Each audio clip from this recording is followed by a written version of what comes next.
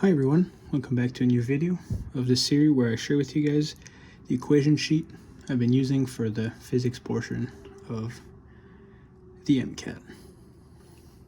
But before starting, I just want to mention that these are the equations I thought were the most important based on the practice I have done, and these exact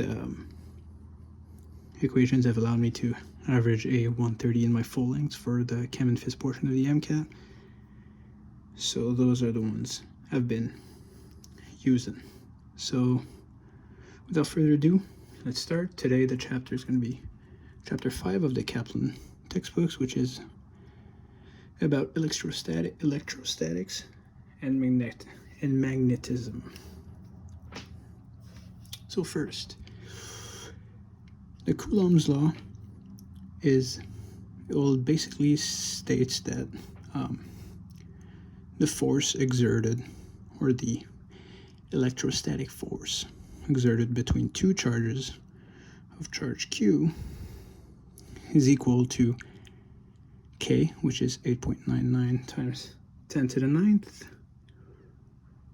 times charge 1 times charge 2 over the distance squared. So if you have two charges in space, the closer they are, the higher the electrostatic force is going to be, and the further they are, the slower the electrostatic force is going to be.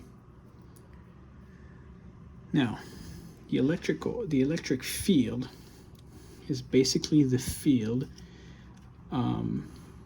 surrounding a single charge, and it can be written as the electrostatic force over the charge, which is also equal, if we plug in the electrostatic force, we would have K times Q over R2, and the bottom Q would cancel one of the Q's up top.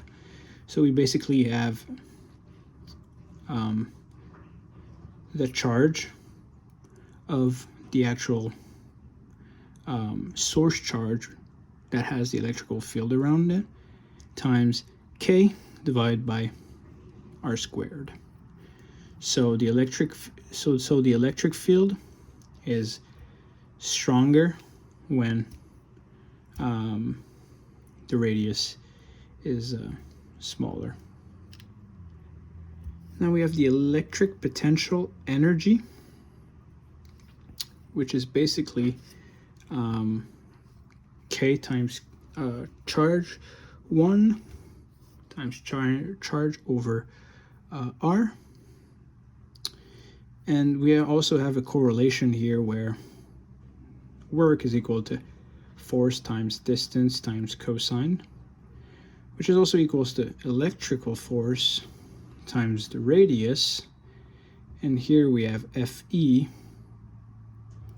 which can be plotted as K times Q1 times Q2 over R2, and then 1R is being canceled.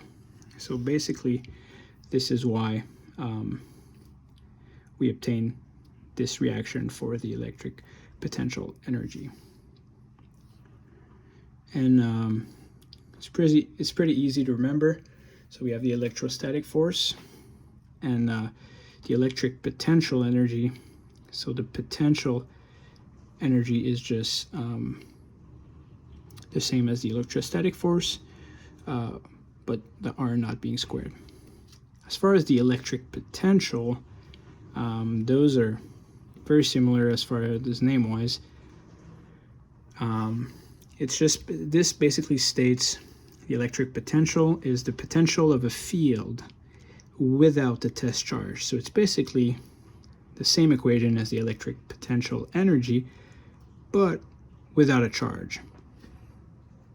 So we just take one of the Q's out, and then we have the electric potential, which which is K times Q divided by R.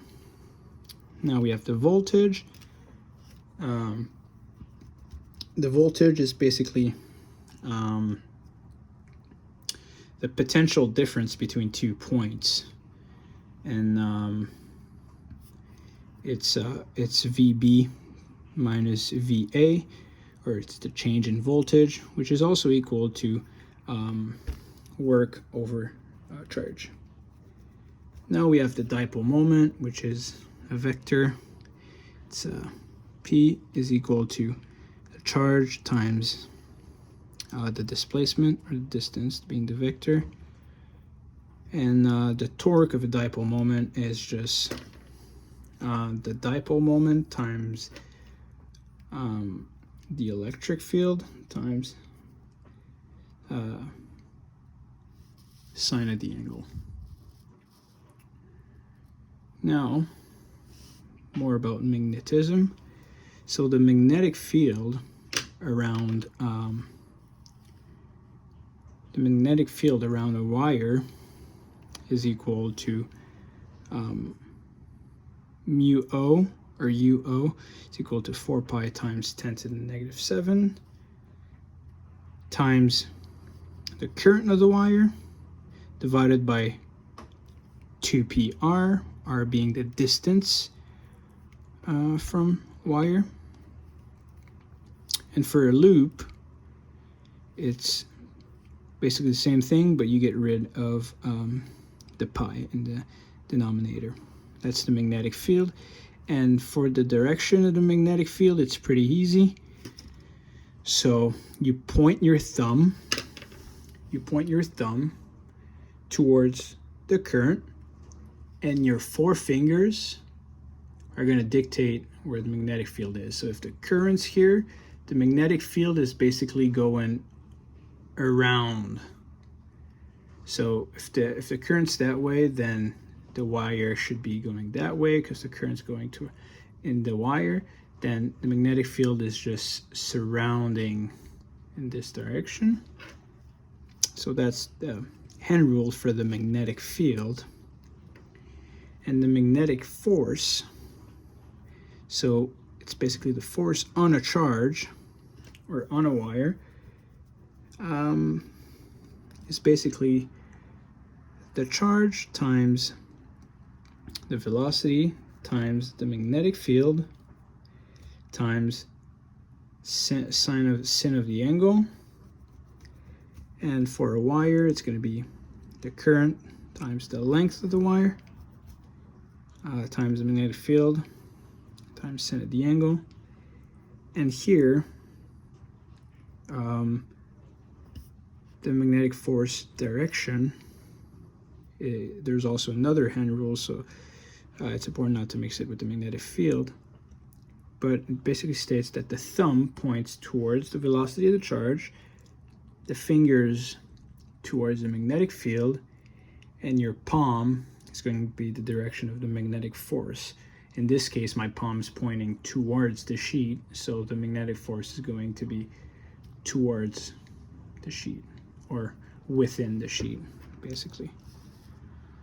So these are everything for the electrostatic portion, or the electrostatic and magnetism portion of my equation sheet. So I hope this helped you guys, and then if you have any question, just leave them in the comment. Thank you.